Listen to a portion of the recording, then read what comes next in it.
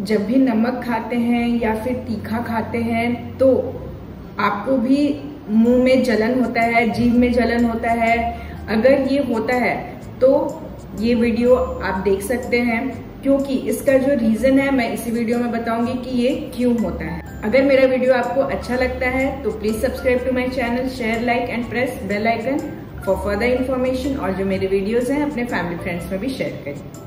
Hello friends, I am doctor Parul Karan and I am dentist. स्वागत है tooth knowledge channel में। तो देखिए, अगर सपोज आप कुछ भी नमक खा रहे हैं, हल्का नमक भी अगर खाते हैं और मुंह में जलन हो रहा है, या फिर हल्का तीखा भी खा रहे हैं और आपके हिसाब से उसमें बहुत ज्यादा तीखा लग रहा है, तो उस केस में आपको जरूर अपना जो मुंह है वो चेक करना चाहिए। चीक के साइड पे चेक करना चाहिए, नहीं तो फ्लोर ऑफ टंग मतलब कि जीभ के नीचे चेक करना चाहिए। टंग पे चेक करना चाहिए कि कहीं अल्सर तो नहीं है, कहीं आपको कुछ प्रॉब्लम या फोड़ी तो नहीं है, या फिर कहीं अनयूजुअल जगह पे कहीं होल तो नहीं है। दैट मीन्स होल मतलब कि आपका दांत में अगर कैविटी लगती है तो वहां पे होल हो जाता है, खड्डा हो जाता है। अगर दांतों के सिवा कहीं और जगह पे है, जैसे मसूड़े में है, या फिर आपको गाल के साइड पे ऐसे कुछ भी होल जैसा आ रहा है, तो ये सब तो जगह पे नहीं है। साथ में आपको ये भी गौर करना है कि आप क्या डाइट में खा रहे हैं। अगर आपका डाइट में अगर आपका डाइट में बहुत ज्यादा पान, गुटखा, जर्दा, या फिर जो बहुत सारे लोग जो पुड़िया में जो खाते हैं ये, या फिर आपको गुटखा या फिर सुपारी बहुत ज्यादा लोग अगर लेते हैं तो, या चूना का मात्रा बहुत ज्यादा रहता है, तो वो सब केस भी आपको देखना है। अगर वो पेशेंट, जो भी पेशेंट को ये प्रॉब्लम हो रही है, वो पेशेंट अगर सपोज ये सारी चीजें लेता है और साथ में उसको जलन भी, जब भी वो खाना खा रहा है तो जल रहा है, तो डैट मीन्स कि उसका ये जो लीजन है वो प्री कैंसरस लीजन है। मतलब कि जो कैंसर होता है, कैंसर से पहले का वो आपका लीजन हो जाता है।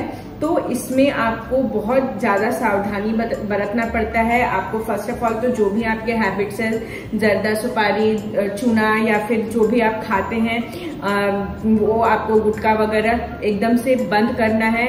धीरे धीरे आपको बंद कर देना है कंप्लीटली। साथ में आपको मेडिकेशंस भी लेने हैं। स्टार्टिंग में जो रहता है वो आपको मेडिसिन से ठीक हो जाता है, या फिर आपको कुछ इंजेक्शंस दिए जाते हैं, उसमें भी आपका ठीक हो जाता है।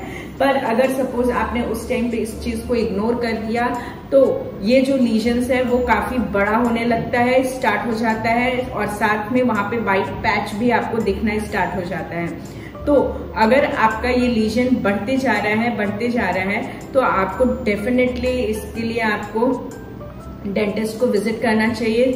तो वो आपको प्रॉपर जो ट्रीटमेंट होता है वो आपको बताएंगे कि आपका जो कैंसर का है लीजन वो कैसे, क्योंकि अभी तक आपका जस्ट केवल मुंह में ही है।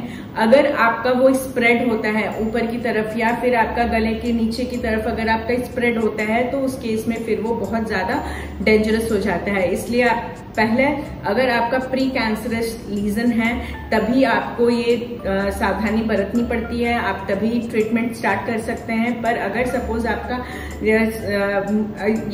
कभी कभी प्री कैंसरस लीजन में भी पेशेंट्स के मुंह नहीं खुलते हैं, जो ये चीक मसल्स होता है, जो गाल का जो मसल्स होता है वो काफी टाइट हो जाता है, क्योंकि वो कंटिन्यू सुपारी या चूना वगैरह अगर खा रहे हैं, गुटखा वगैरह खा रहे हैं, तो ये जो चीक मसल्स है सबसे पहले तो उनका मुंह खुलना ही बंद हो जाता है।